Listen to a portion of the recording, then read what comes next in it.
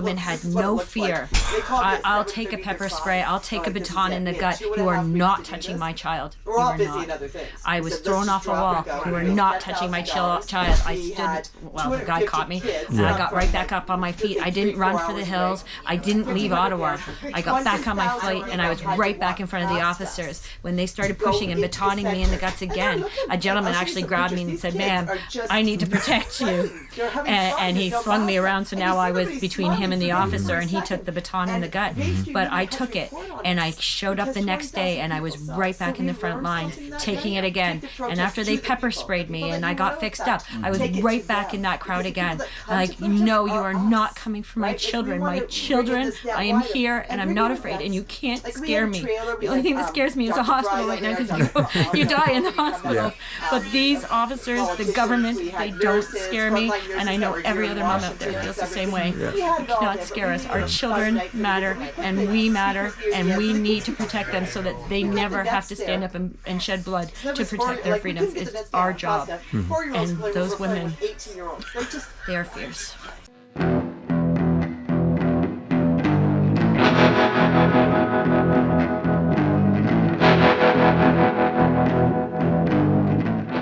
Turn it on. There are so many, not just, within our own countries, but across the world.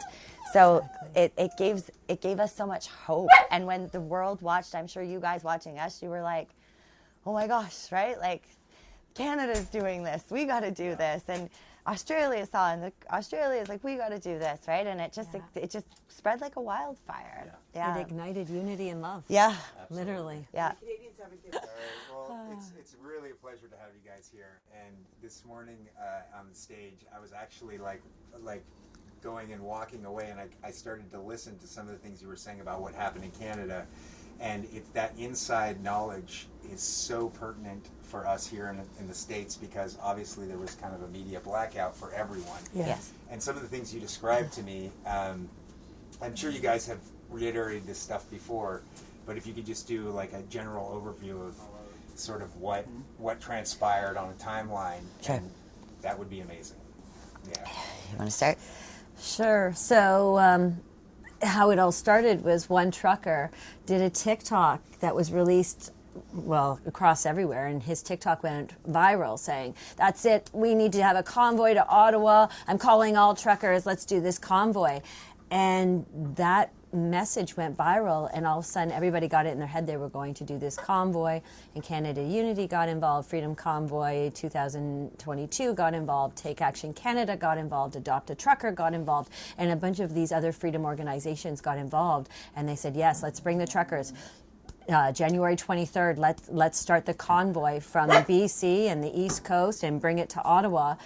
So different groups got in contact. They had province-wide captains, and you got in contact with the captains, and they put together a convoy route for all the trucks and what we called four-wheelers, which is just normal everyday vehicles. And we also had, so while the people were coming from across Canada, there were also overpasses and people along the highways that were wanting to meet them. So another thing we did was organize the overpasses in Toronto and the Vaughan area. So one of the things that I did was, scout out all the overpasses and got people to basically come and cover them. We had people along the highways and schedules and everything. So, when I had to coordinate with a beautiful soul, Dave, who was the lead trucker or organizer for the Toronto convoy.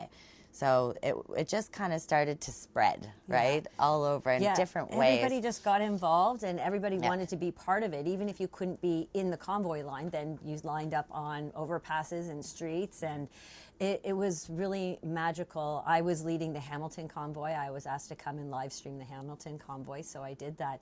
And to go through this tunnel of people lining the streets and dancing and music, and they're all screaming and cheering, and the truckers are here to save us. It was really something. We were in tears driving down the 401. Like it was phenomenal, and everybody all of a sudden realized we're not alone. I'm not the only one that feels like this. It united so many, like neighbors who before weren't talking to each other and were pitted against each other, all of a sudden had this commonality that they had no idea.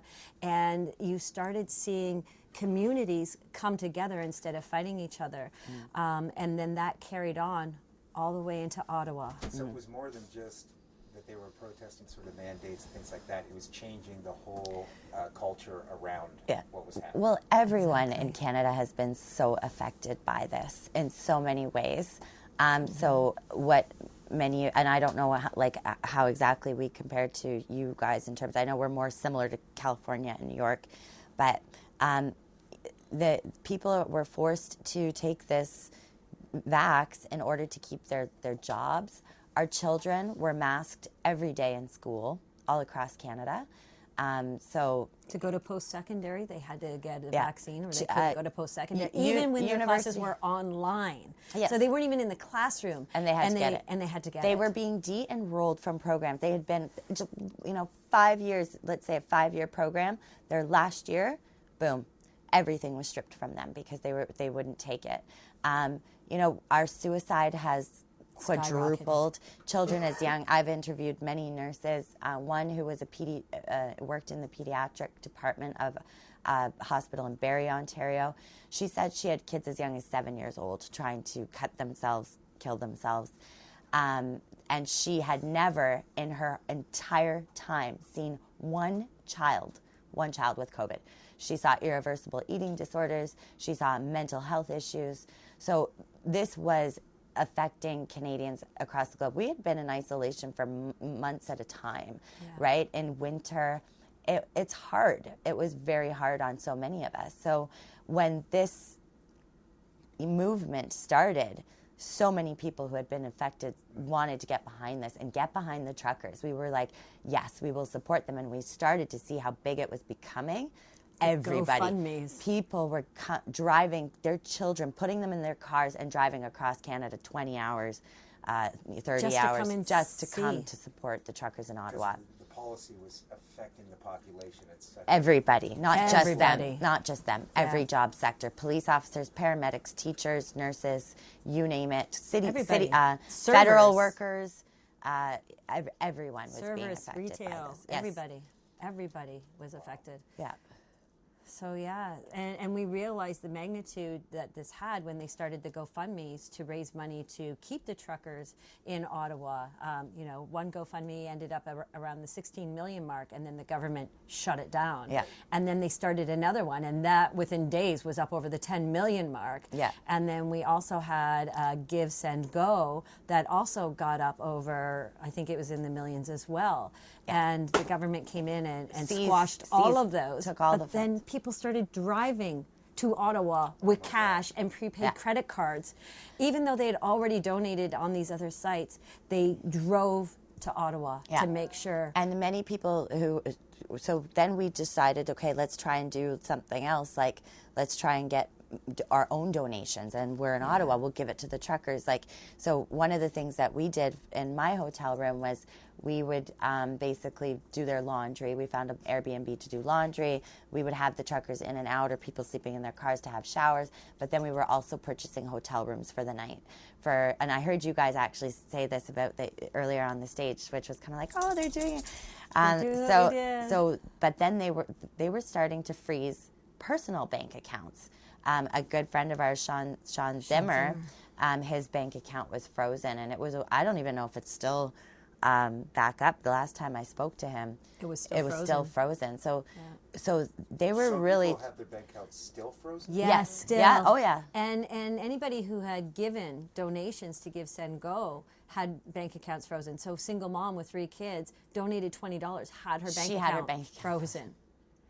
Like, not everyone, but there's lots of stories of it. And yeah, we could go on about everything. How did that affect the people? Did that strike fear into the population, or did that more or less? No. She's well. Some people, I'm sure, were definitely afraid. Yeah.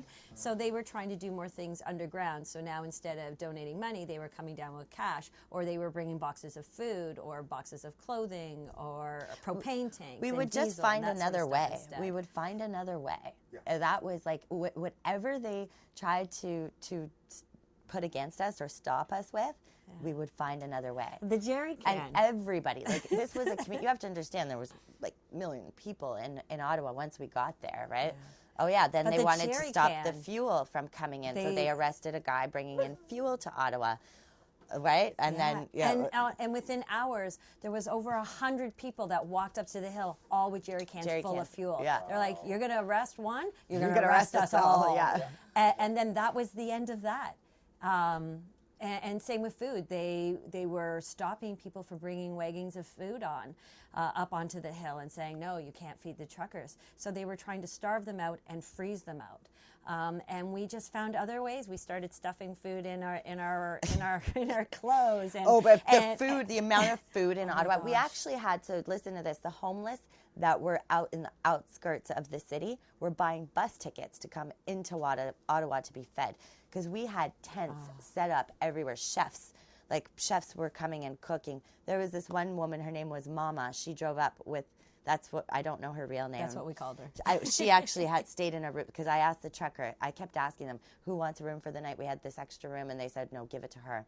She wasn't a trucker, but she was a woman who drove up with the convoy, set up a tent, had big pots and a kitchen, and cooked every single day, breakfast, lunch, and dinner for the truckers. Like, we had an influx of supplies. Like, we didn't even know what to do. Like, we had food rotting. We had to throw food out because there was so much food.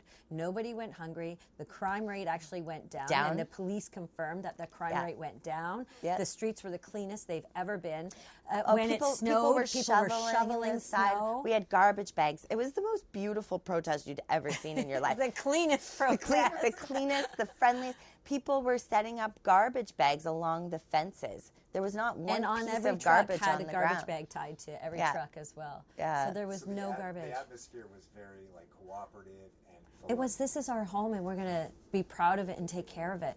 And and you're my sister and you're my brother, and we're going to hug each other, look out for each other.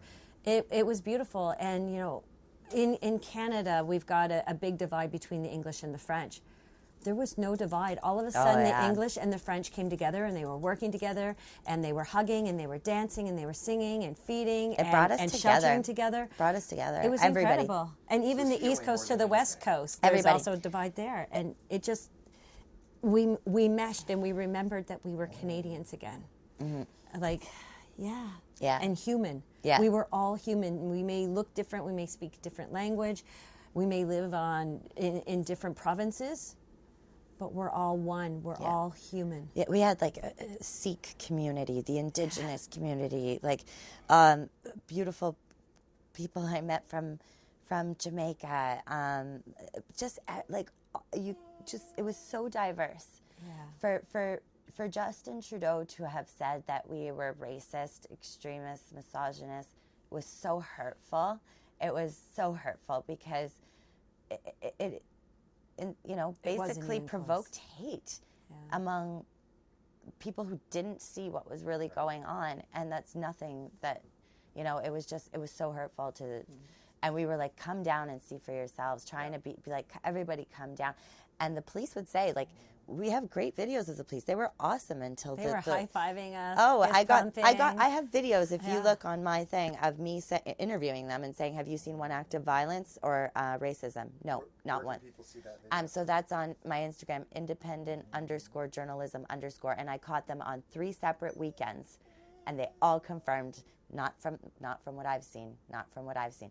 And we had one conversation with an officer who basically said tourists were coming in to have a look and then staying because they were like, wow. They were kind of fearful because of what the news was saying. They were saying that, don't go down there. It's violent. It's scary. They said that there was vandalism to the Terry Fox statue. They just put a Canadian flag around Terry Fox. Okay? They said that the war monument was desecrated, and I also have a video of the veterans, which you can also find on that I interviewed a lot of them there. So what they did, there's a war monument of the fallen soldiers, and basically someone had gotten up on it. This was during, the weekends were always busier than the week, and someone had gotten up on it and yelled freedom and did a little dance. And then the police came in several days later and put a chain fence around the entire monument. But these veterans were coming in from across Canada, and this belongs to them, right? This belongs to them. They all said that the only desecration, because that's what mainstream media said, that we desecrated the war monument, the only desecration was the police putting the fence up. So the veterans came, all of them got their shovels, and they all removed the fence. They took the fence down, and then they shoveled it. 30 and police then they came. guarded it themselves. 30 police came at that moment. They had heard the veterans took the fence down. So I was there. This was, to me, the most powerful moment of me being in Ottawa. So I just happened to be there. God always, I guess, puts me in the places, you know, I need to be. But it was such a beautiful moment. And I saw all these police marching over. So I walk over, and the veterans start saying to the police, no, like, you're not going to, you know, we don't want the fence up. They're like, join us. Join us. And so everybody started cheering, join us, like, to the police. And then the veteran goes, everybody on your knees. So we all got on our knees. Like, there was hundreds of us there. We all got on our knees to the police. And, you know, we were like, please just join us, like, join us. And they all just walked away. They moved away. And at that moment one police officer went to the veteran and the veteran said, you're not putting the fence back up. And he's like, well, are you going to look after it? And he said, we will guard this every single day we're here. And they actually patrolled it 24 hours. They did. So they did shifts. Yeah. You guys said a little bit about the media, and specifically the one thing that was being sourced and thrown out to all the conglomerates was the whole Nazi flag thing. Can you talk a little bit about what that was all about? Yeah, totally. Yeah, so in the newspapers and on the news and whatnot, all you saw was this picture of this one gentleman with the Nazi flag. But one gentleman out of like 2 million. Exactly. But we always knew when something was going to be set up for media purposes, because you would see the media, you know, CTV News, CP24, CBC, doesn't matter, but they would come in all dressed in black. But you knew who they were because there was always anywhere from 3 to 6 of them, and they'd have their thousands of dollars equipment with them. Well, those of us who are down there, independent journalists, do not have equipment that's worth, you know, $50,000, $60,000. And they usually had a mask on. That's how you could really tell it was mainstream. Some of them had masks, some of them didn't. The one Chinese lady always had a mask on her face. So you're like, okay, we know who you are. But they would come in and they would set up, and usually within 15, 20 minutes of them setting up and being ready to film, we would see something happen.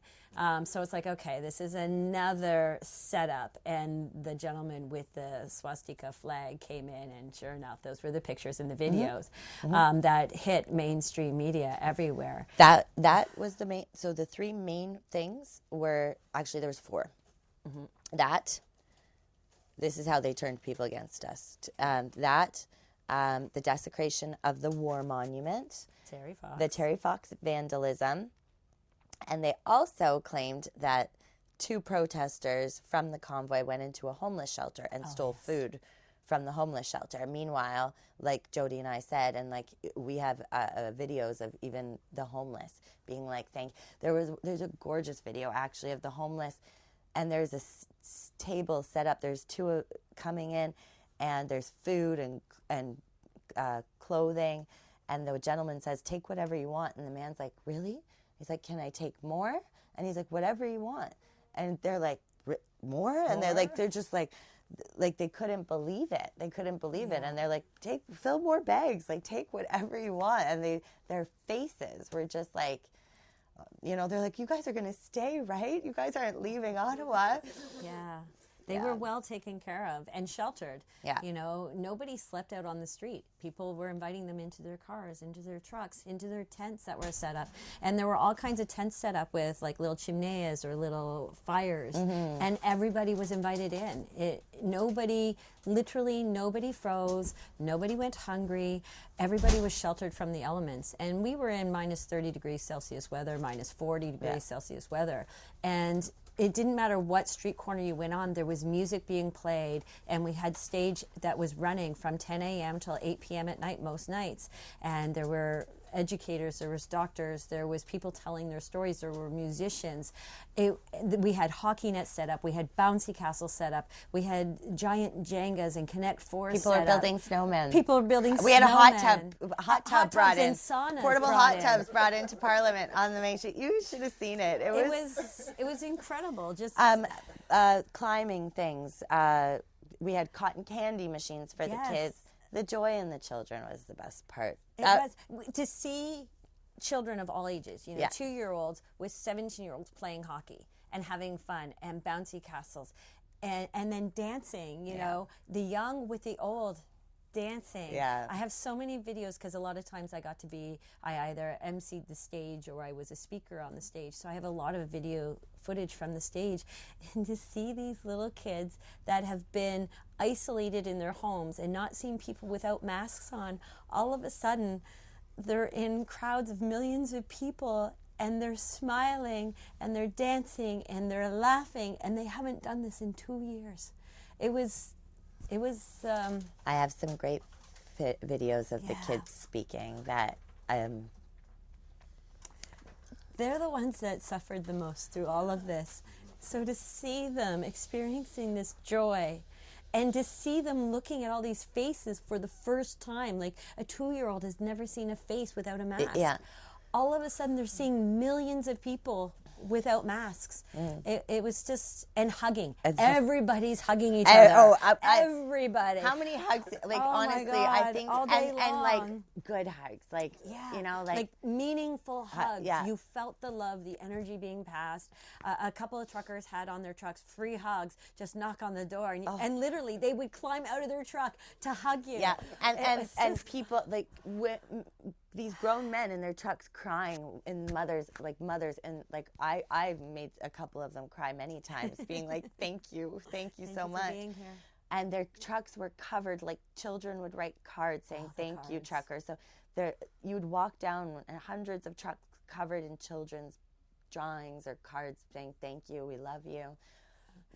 And then we had superstar trucks. We called them the superstar trucks because everybody wanted to see the Live from the Shed truck or the F. Trudeau truck or the 6 trucks right by the stage. Yeah. And they would go nuts with their horns every hour on the hour. They would put on a show for about 5 minutes with their horns and get the trucks bouncing. Yeah. And people would literally videotape this to music. And it was... one suggestion, one gentleman, so this is what Jody's talking about, Live from the Shed. They built a shed and then like a ladder up and like a rooftop out of wood on top of their while truck. they're for media, so for independent media. So I got to go up quite a bit, and then you can get a real good scope of like the amount of people that were there, right? From being on top. Yeah. And also when Ottawa took away our porta potties, they actually... we had we had porta potties. It was rough. The police took away our porta potties. And then we managed to get 6 more back on, and that was a big production. We had Jason McDonald, who was running the stage. He strapped a porta potty around his waist and come running up like a horse, carrying the porta potty on his back. It was the funniest moment. And then a few days later, Ottawa wouldn't let us empty the porta potties, so now we had a disaster happening on the street, and then they came and they took them away and wouldn't let us have them back. So the guys from Live from the Shed built wooden porta potties behind the truck, and they had buckets, and you would go into your porta potty, you would go to the bathroom, and then you take your bucket and dump it. It was the funniest thing, and they had them. This is for men, this is for women, this is for Trudeau's shitter, and this is and it was we had a lot of fun, and there was so much love and unity. You think the government, when experiencing this and wanting the best for its people, would have embraced it, but instead the opposite happened, where they had an equal and opposite reaction to what you were spreading, all the joy and love you were spreading. And listen to what we're explaining, because all the truckers wanted was a conversation. They just wanted a conversation. They were like a lot of the organizers, like Jody was saying, they were in negotiation with the Ottawa police. And so they were very respectful, and when asked to move, or so the first week, apparently the honking was very upsetting to some residents. To some residents, it was causing major anxiety. They couldn't sleep at night, you know. So it was, you know, and if you know Parliament, there's no resident. Yeah, there's nothing. They're further down. So it's not like the honking went on all night. I know. I stayed right in Parliament the first weekend, the major weekend, and by 1 a.m. the honking had subsided. But so they worked with police and they put a no honk order, and there was no honking, and they were like after 8 o'clock at night. How many people again? All millions. And they all did the thing that was best for everyone. Agreed. Nobody. You never heard a honk after that. Yeah. It was like 10 a.m. to 8 p.m. I think were the hours you could honk. Yeah. And it was typically every hour on the hour you could honk for 2 to 5 minutes, and everybody would do that, and then it would stop. And then they said no honking at all, or we're going to arrest. And they did arrest an elderly gentleman, horribly arrested him. So we stopped the honking, and what we did was we had a soundtrack of geese honking. So every hour on the hour, we would play the soundtrack of geese, and we'd all stand there and do this as the soundtrack of geese honking. so we still got our honks out. We just, So we had to do stuff like that. Yeah, we'd find a way, but we also wanted to work. We weren't there to be disruptive. We weren't there to take over. We weren't there to occupy. We were there to. We wanted our lives back. We want our lives back. You're just simply asking for a conversation. We want and we want the mandates dropped. We want this nightmare to be over, once and for all. Yeah. And we want accountability now as well, because this is. We want criminal charges brought against those who violated. Our laws, violated our people. rights. So many people died through the last 2 years. They deserve to have justice brought to their names. They just do.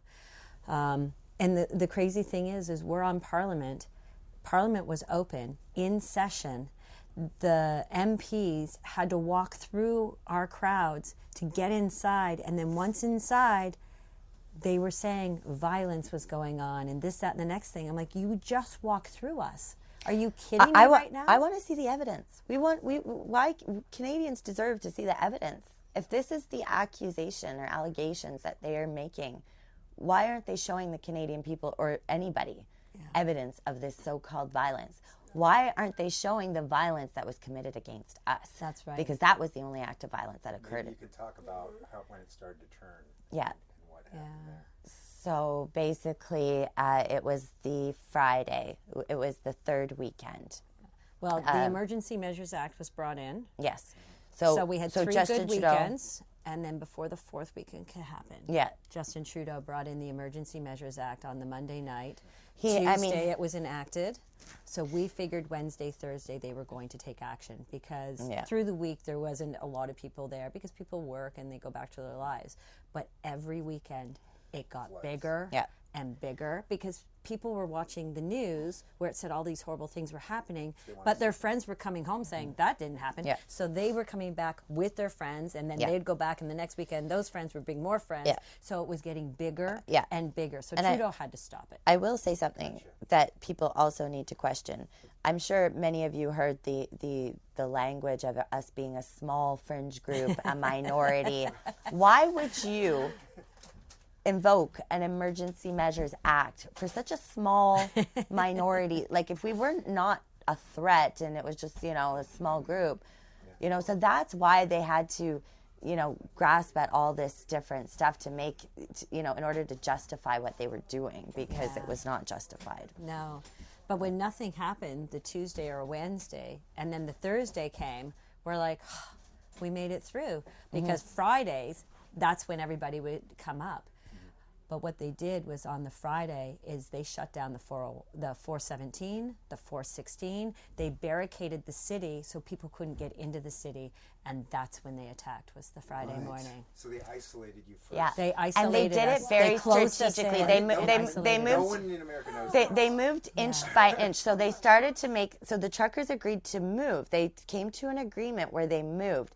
and they got tricked. In my opinion. As the truckers pulled out of where they were, they dropped a barricade. Yeah, they dropped a barricade, so they nobody could kind move of in. trapped us in. So the truckers, you know, they were spread out all over Ottawa, but now it was like they kind of just, they had moved them, they had to leave, and then there was just a small kind of area where, you know, We went from hundreds of thousands of truckers in Ottawa. I think the number I heard was 140,000 truckers in Ottawa, like trucks in Ottawa, to that weekend, I don't know, a couple thousand trucks maybe. Yeah, no, maybe. I wouldn't. And they weren't all in the They city. There was only made them probably a few disperse. hundred trucks that were left on the hill. So now they were all spread out, right? Like they made them move to certain areas. There was only where Parliament was, where everything was happening.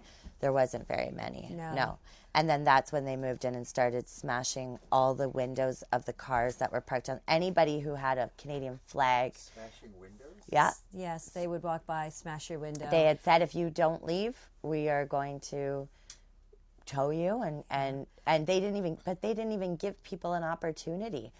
A lot to leave, no. Yeah, so we were It kind was of just trapped. smash your window and no, you're and they done. would smash both sides of the windows or all four windows. four. What was necessary about doing that to tow a car? Exactly. You know, so And not only that, they couldn't get tow trucks in the city of Ottawa to help them move the trucks. They actually had to get tow trucks from Toronto, Sault Ste. Marie, Sarnia. Nobody wanted to do it. These are hours away from Ottawa.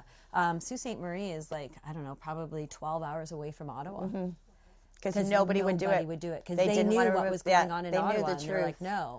no. So they had to, they brought in, I think it was 7 tow companies from like Toronto and further away. So 3, 4, 6, 12 hours away. Those were the ones that came in and towed the trucks. And if they didn't get those tow trucks, they wouldn't have been able to do what they did. No, they wouldn't have. No. And then they brought in outside police forces, outside RCMP. They swore them in as Ottawa police so that they would now have jurisdiction in Ottawa to do what they did. These guys this looked like something you'd see in a war-torn country. These guys were in green. There was a line of them, and then behind them, they had machine guns, gas masks, ALRAD machines on them, and they removed all of their batons. badges and name tags, so you couldn't. There was no badge number. There's no name tag. Yeah, you couldn't identify any of them, and So they were nondescript police officers. Yeah. very The intimidating. ones in the green were nondescript. Yeah. Were they from the federal government, or I mean, who were Some they? said RCMP, some said Quebec on them, and then some said nothing. But the ones in the dark green, all green uniforms, and then the dark blue were RCMP, but they had removed all identification. There were Peel, Durham, York police officers that were there, and they had even brought in paramedics and firefighters. That's what it said on their hats. So they weren't the normal police that were sort of supporting. The Ottawa police they put on the outskirts because and- they'd all made friends with us, and they knew. Well, and there were they other. wouldn't do what they wanted them to do. No, they were really amazing, actually, and they were like, "This is the most peaceful protest we've ever been to." Like it's you would watch people walk past them and go, "Hey, thank you for your service, thank you guys, thank you for being here." It was really a slap in the face because we showed them so much love, more than I'm sure they've ever experienced, and this was probably the best time for best job. It was the for easiest them, job. They didn't easiest have job. to do anything but stand there because there was no crime. The crime went And down, right? The crime went down. The homeless were being fed. The streets were being clean. They just stood around and listened to the music and occasionally did their walk from post to post. And that was that. Yeah. It was the easiest month they've ever had on their job. The mayor of Ottawa moved them out because they refused to do anything against us, knowing that we were peaceful. And according to the Police Services Act, they're only allowed to use 10% more force than what's being presented against them. And there was no force being presented against them. So they refused. So they brought in police from other communities to do the bad stuff. Is it only that they smashed windows, or did they do? No, they smashed windows. They pulled people out of their vehicles through their windows. They kicked them, they beat them, they took butts of guns to them. What? They pushed me off a wall. They My shot friend, rubber my bullets. friend who's a realtor, they beat her with a baton. She had bruising on her head. There are protesters, and they did this to our veterans. There was one veteran, his name is Chris Deering. If you want to go to YouTube, Brando on the Go, you can hear Chris Deering's story. Chris Deering served in Afghanistan. He was, in 2008, he was blown up. He was the only survivor, him out of 4 soldiers. He sustained spinal injuries from Afghanistan. Chris was one of the protesters that was there to fight for our freedoms, and the police beat him. They zip-tied him. They made him stand for 2 hours in minus 30-degree weather, and then they put him in the vehicle, back of the vehicle, and said, we're charging you with mischief, and Chris knows his stuff. He basically said, and he's really well-spoken, you really need to watch this. And, he said, no, I've done nothing wrong. I'm protesting peacefully, right? And they drove him around for 45 minutes and then dropped him off on the side of the street, 45 minutes away from where Parliament was, where they picked him up in the protest, and they just left him on the side of the road. And they did that with a lot of Many people. They just drove them around and dropped them off and like some people hours away. It's almost like kidnapping. Yeah. Not even charging them. They're saying we're going to charge you. We've arrested you. They've zip-tied all because, they didn't have enough handcuffs, right? Yeah. So they zip-tied them. They zip ties. We were pepper sprayed, beaten. There was tear gas used, rubber bullets. My dear friend from Not TV, Kyle, if you want to find him, he's on Facebook. He was shot with a rubber. Our Rebel News reporter was shot. Journalist was with tear gas. Tear gas and then You'll shot see with her rubber video. bullets. She's screaming and crying. It's really hard to watch. An Indigenous woman, Mohawk Indigenous clan mother, was trampled by horses, and right before you see her being trampled, which I have the video as well, she's going, we're here in peace and love for our children. Like, we were screaming, I love you, as they were beating us, and I was singing O Canada and Amazing Grace. I was on my knees with my hands in the air, and I'm like, I'm a mom and you're not. I'm like, I'm here for my kids. You're gonna have to do it. Like, I'm not getting up. Yeah. I'm not trying getting to up. remind them, you took an oath. The Police Services Act, Section 1, you took an oath to protect us. As what are you they doing? Pushing us off walls and batoning us in the stomachs and pepper spraying us. And all we were doing was standing and complying with every demand that they they issued at us. Yeah. And then after they would move the line, they would stop, and then they would hold their line for an hour or two, and we would sing O Canada once they would stop, and people were praying, and then people would put on music and we would start to dance. Nobody retaliated, even after getting batons in the gut and pepper sprayed. Nobody retaliated. Nobody threw a fist. Nobody tried to grab a baton. Nothing. Didn't even throw anything. Didn't even throw anything. Report on any of this aspect of it? There was nothing to report. They didn't report on the police brutality, but there was nothing they could use that was against the protest. Exactly, because there's nothing. Nothing happened. So. Were there UN police officers? Well, that's what we feel. Feel. Allegedly that some of the people in green. Some people say they weren't speaking English, and I don't know for sure. I can't say for sure. So you're not sure. Like, there could have been people hired, like a Blackwater thing. Yep, exactly. Yes. Correct. Yes, because the police that were there the entire time, I don't think would have ever done anything. And I had one video, and I said, officers, Justin Trudeau just invoked the Emergency Measures Act. Are you gonna enforce this? Are you gonna, basically come after the protest? Are you gonna arrest us, right? And I said, please look at me. And I said, just look at me. Are you going to enforce this? Look at me. And then one walks by, or said, are you going to stand with the people? That's what I said. I said, are you going to stand with the people? And I said, just look at me. I said, you don't even have to tell me. I said, just look at me. Are you going to stand with the people? And one looked at me, and then one looked back, and then another one looked at me. And I was like, wow. They didn't have to say it, but they were on our side, and those were the good guys. Yeah. They're not all bad. Out of the city. And that's, yeah, it wasn't them. It was like 100. The imported Yeah. thousands. Bad the ones. number I heard was 5,000 Okay. imports were brought in. And when you watch different people's live streams of what went on, yeah. The Saturday on Bank Street, you know, they brought in officers from this way down Wellington and this way down Wellington and then this way at the top of Bank, and then they enclosed us in at the bottom of a bank. Yeah. And They knew strategically what they were doing. They were like inching and closing us in, right? But they were like 5, 6, 7 lines of police officers deep on each side. Yeah. Yeah. And then you saw There the were tanks so come many. in, and then you saw the horses, and then you saw the big LRADs, and then you saw the ones come in with the masks, The gas gas masks. and you knew it was going to get bad. Yeah. You just knew.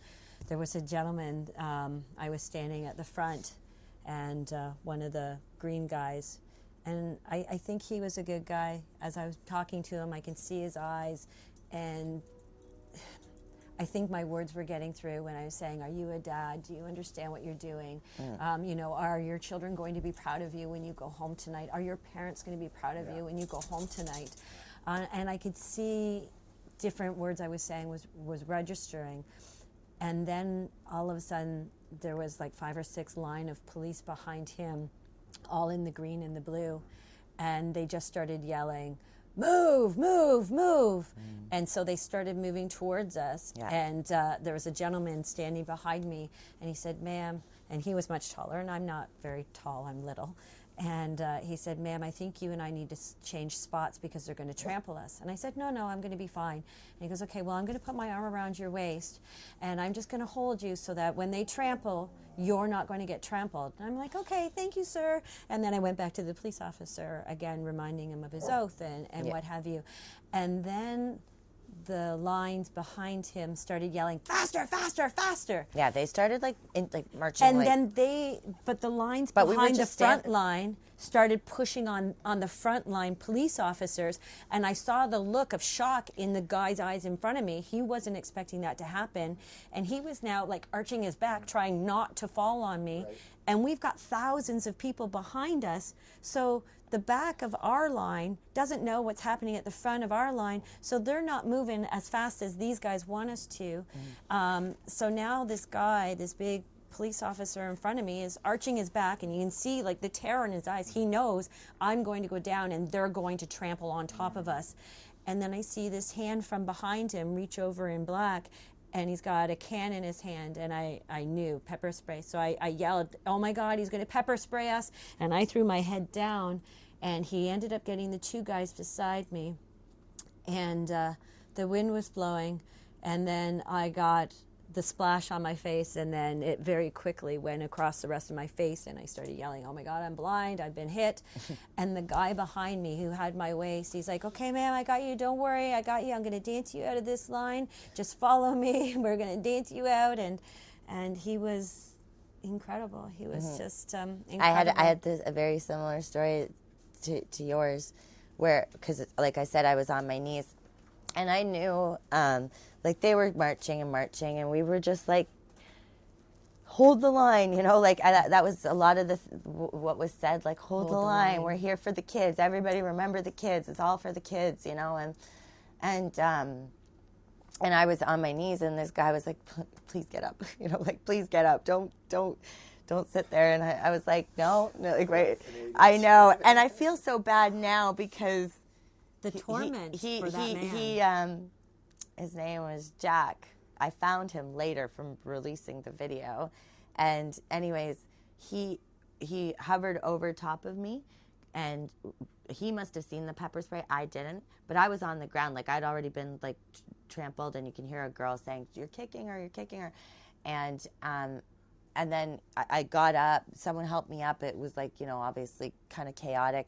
And I went around the corner behind a statue, and then I could taste it in my mouth. You know, the adrenaline's going, and I'm like, oh my God, so I'm spitting. And then I see this guy who was beside me the entire time, and he's like water, like doused in pepper spray. And I'm like, oh my God, I'm so sorry. I just kept saying, I'm so sorry. And he's like, it's okay. you know, because he was telling me, like, get up, come on, don't be here, get up, like trying to help me, and just totally protected me when that happened. So it was traumatic for even some of the police officers who were trying to protect you or didn't?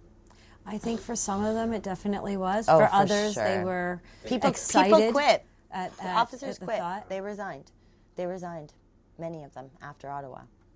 Yeah, and some of the officers actually hugged some of the protesters, Oh, and tell then them that they got story. tased. Tell them the story of there was one moment, and this is on film, that protesters started hugging the police officer, and the police officer started allowing the hugs, and then his boss must have called him back from, like, because they were always in a line, right? Yeah. Called him back, and he immediately just fainted. He went down. He got tased. Tased? Oh, I thought it was from... No, his command put his arm around him, and then you just see the guy Oh, drop. Okay. And my understanding is that there was 5, I think it was 5 or 11, I can't remember the number, but somewhere between 5 and 11 of them that, you know, either fist pumped or was nice or hugged. Every single one of them pulled out by their colleagues and put in handcuffs and taken away.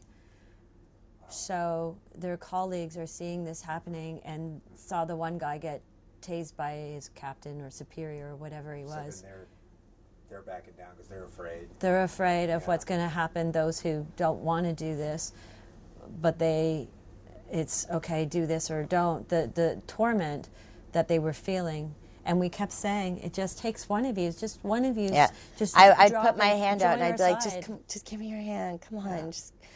It takes one of you. Once one of you does it, because you could see in all of their eyes, the ones before the brutality, you could see in all of their eyes. The and normal officer, and then sometimes they'd look at you and you could just, I say a lot of words. There were others that were standing ready. They were like, oh, I can't wait for the command, and I'm going to go. And they're hitting their baton on their hand. They're ready. And then you see other ones going, I don't want to be here. I don't want to be here. One guy was even like this, like, literally, like, yeah, like this, like he looked like a kid. He must have been like in his 20s. You could tell he was like, did not want to be there.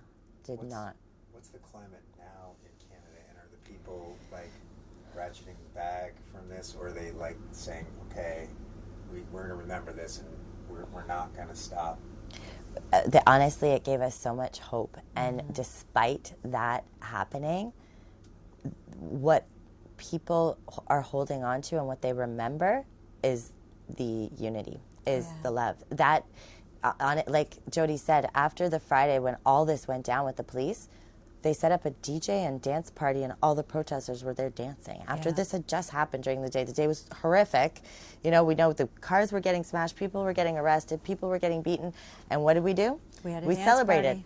You know, and what we want. We had a dance party. We pulled out the hockey nets. We played hockey. They shoveled, you know, barricades up and then used the hockey, my hockey nets. And I do Game On Canada, so I brought up all the hockey stuff. It's a kids initiative. Brought up the hockey stuff, and they shoveled snow barricades and put the hockey sticks in as flags and used the nets to help.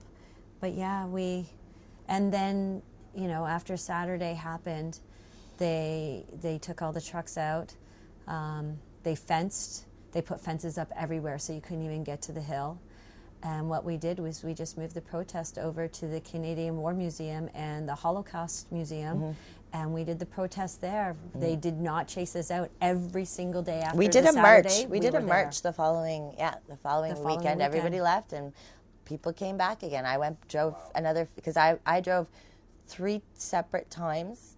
So, and I'm 5 hours from Ottawa, so 5 hours there, 5 hours back. I went up the first weekend, and then I left on the Tuesday, and then I went back on the Friday, and came back on the weekend, and then I never left. Yeah. I stayed for 3 weeks, and then I went back after the brutality. We all went home. Everybody went home, but then I came back again. You stayed. I stayed. Yeah, you stayed. I think you left the day after because I was with you. No, I stayed at the Barefoot Hostel. Oh, did you? Yeah, I stayed at the Barefoot Hostel for another 3 or 4 days, and then we went to Bethans, who was running the stage. She was the MC on the stage the whole time in Ottawa. Yeah. I went to Bethans and stayed at her house until the following Monday, and we protested every single day after. They thought they had chased us away. They didn't. We just went to the Canadian War Museum and we protested there every single day.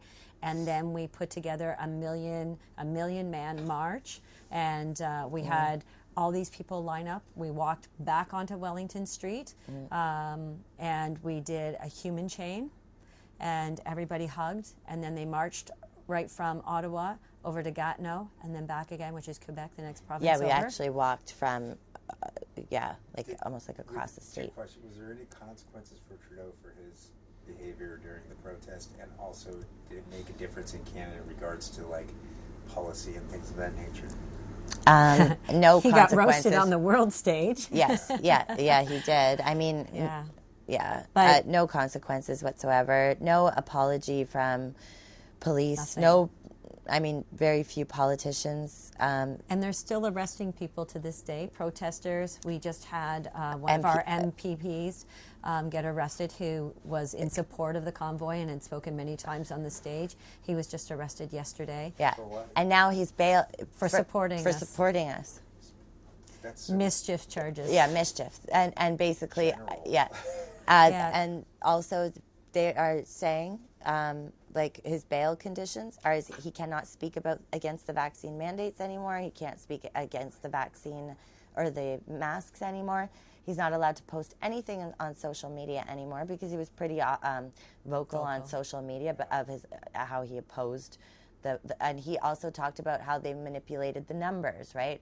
So as of March 11th in Ontario, on our government's website, so ontario.ca, it states that they are going to start changing how they report deaths to not include deaths that of people who died with COVID, but only people who died of COVID.